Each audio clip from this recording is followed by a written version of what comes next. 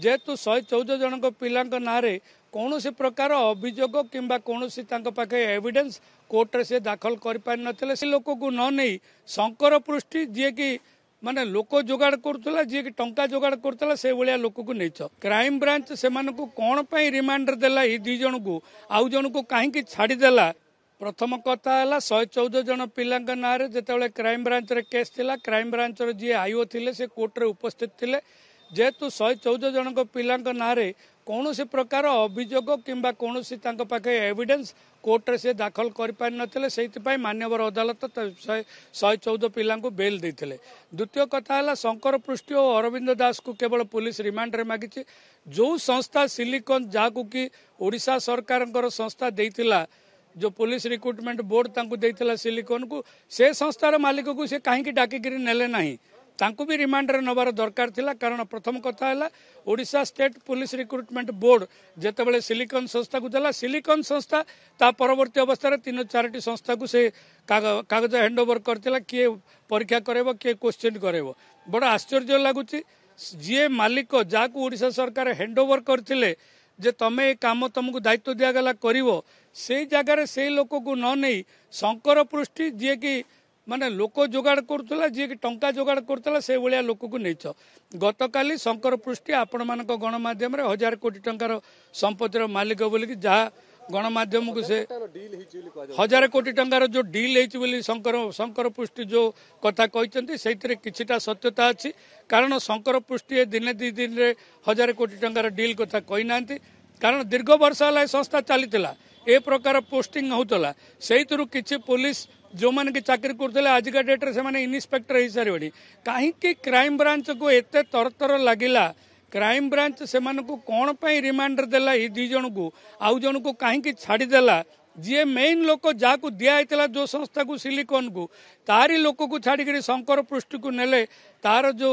police remand नेले मु आशा करुच्ची जो पुलिस ऑफिसर माने चाकरी किछि पाइथिबे शंकर पृष्टि जरिया रे से माने मध्य तांको भितरु किछि पुलिस ऑफिसर मध्य ए जिल्ला रे पोस्टिंग हेतिबे जाके आमे जानिने कारण शंकर पृष्टि जो 1000 कोटी टंकार डील हेछि बोली कहतला 1000 कोटी टंकार कारबार हेछि कहतला सेतरे निश्चित भाव किछि पुलिस अधिकारी थिबे तेणु राज्य सरकार क्राइम ब्रांच रु बाहर करिकरी तदंतर फल कौन हम जदि कोटि किसी कागज पत्र आम भूल भाल थी से कागज पत्र को तैयारी करेंगे शंकर पृष्टि हाथ में किसी स्टेटमेंट करेंगे अन्य लोक हाथ में करेंगे सिलिकॉन मालिक को कहीं नेले ना सिलिकॉन मालिक जी की ओडिशा सरकार ठू नहीं कहीं रिमांड रे मागिले ना यहाँ विराट प्रश्नवाची सृष्टि कर कौन ना कौन हेरफेर हबार संभावना अच्छी जदि सीबीआई एक हैंडओवर करा त्वरित पदक्षेप ओडिशा सरकार कहीं नेले ना सीबीआई को कहीं केस तुरंत 2-3 दिन भितर सीबीआई कहीं टेकअप कलानी कहीं क्राइम ब्रांच पाखे वर्तमान पर्यंत से केस अच्छी जदि सीबीआई जो ए केस को नब से क्राइम ब्रांच अनुधान सरी सारी एमाने नहीं रिमांड नहीं कर आईनगत त्रुटि आसीज जो सीबीआई आसो 15 दिन पर आप रिमांड नहीं पारे ना क्राइम ब्रांच जहाँ कर धरिक टेकअप कर सीबीआई तेणु शंकर पृष्टि और अरविंद दास को नबार किसी माने नहीं मुख्य होती सिलिकॉन मालिक तांकु जदि गिरफ कराई